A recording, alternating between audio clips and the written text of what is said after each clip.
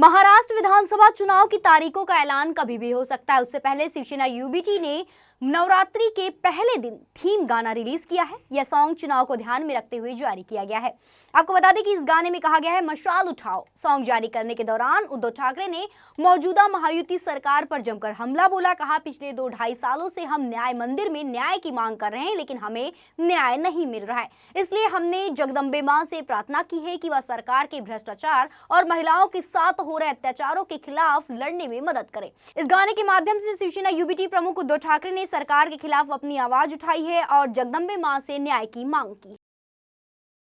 मी आपल्या माध्यमांच्या माध्यमातून सर्व जनतेला नवरात्रीच्या शुभेच्छा देतोय। दसऱ्याला शिवाजी पार्क येथे आपल्या दसरा मेळाव्यासाठी भेटणार आहोतच, पण आज नवरात्री सुरू होते। नवरात्री हा आपल्या जगदंबेचा उत्तर आपल्या राज्यात जे अराजक माजलेले आहे त्याचा नायनाट करण्यासाठी एक अराजकीय गाणं जगदंबेसाठी आपण तयार केलेलं आहे।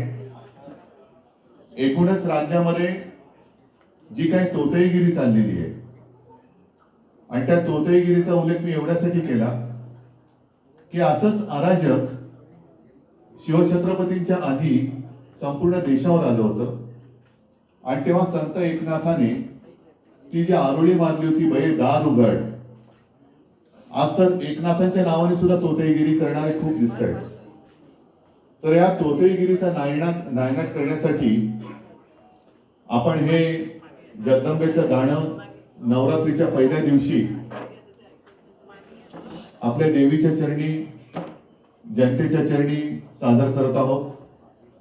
हे गाणं ऑडिओ आहे, ह्याच्यावरती व्हिडिओ तसा केलेला नाही, पण ते गाणं आपल्यासमोर सादर करण्यापूर्वी या गाण्याचे गीतकार श्रीरंग गोडबोले आणि साहजिकच आहे नंदेश उमप बसलेत, म्हणजे आपल्या ठणठणीत पहाडी आवाजामध्ये जे गाणं आणि आपल्या भावना जिवंत केल्या त्या नंदेश उमप यांचा आम्ही एक सत्कार म्हणण्यापेक्षा त्यांनी जे काही एक मोठे योगदान दिलेले आहे त्याच्याबद्दल ऋणनिर्देश आम्ही करतो आहोत। आणि नंदेश बद्दल खास सांगायचं म्हणजे मला कल्पना नव्हती, एक 3-3.5 महिन्यापूर्वीच त्यांच्या हृदयाची शस्त्रक्रिया झाली आणि त्याच्यानंतर त्यांनी पहिलं जे गाणं गायलं ते हे जगदंबेचं गाणं गायलेलं आहे। अजूनही पहाडी आवाज तसाच आहे, अंगावरती रोमांच आणणारा आवाज तसाच आहे आणि हा नुसता आवाज नाही तर त्या आवाजामध्ये ह्या दोघांनी गाण्यामध्ये दोघांनी आपलं जान ओतलेली आहे। आज या गाण्याचे संगीतकार राहुल रानडे मुंबईत नाही आहेत, त्याच्यामुळे ते येऊ शकले नाहीत, पण त्यांना सुद्धा खास धन्यवाद देतो।